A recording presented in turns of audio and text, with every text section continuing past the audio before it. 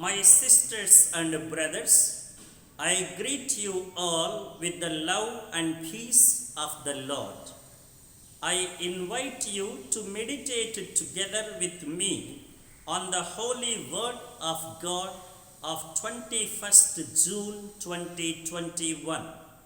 The focus of our reflection: a life that pleases God will be blessed by Him, so that the person himself becomes a blessing and a source of blessings for others.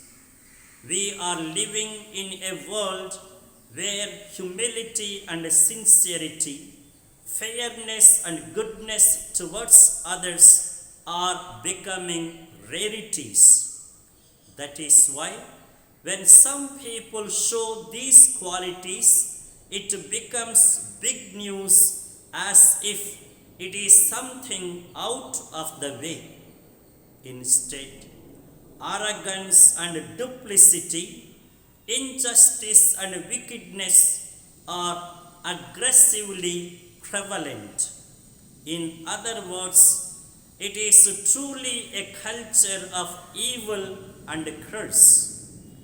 It is in such a context the Word of God shows us a surer way to foster a culture of blessing. In the first reading from Genesis, God blesses Abraham and makes him a blessing himself and a source of blessing for others. God is pleased with his humility and sincerity, his piety and obedience to God's ways, and his sense of fairness and kindness toward others. In the Gospel, Jesus addresses one big block against such a culture of blessing. It is the malaise, it is the sickness of self-righteousness. This is accompanied by rash and uncharitable judgment and condemnation of others. Jesus confronts the self-righteous attitude of the Pharisees and scribes. This attitude refuses to do any self-check. It rates itself better than others. Consequently, it judges and condemns them. It is blind to the weakness of oneself or diminishes their own faults.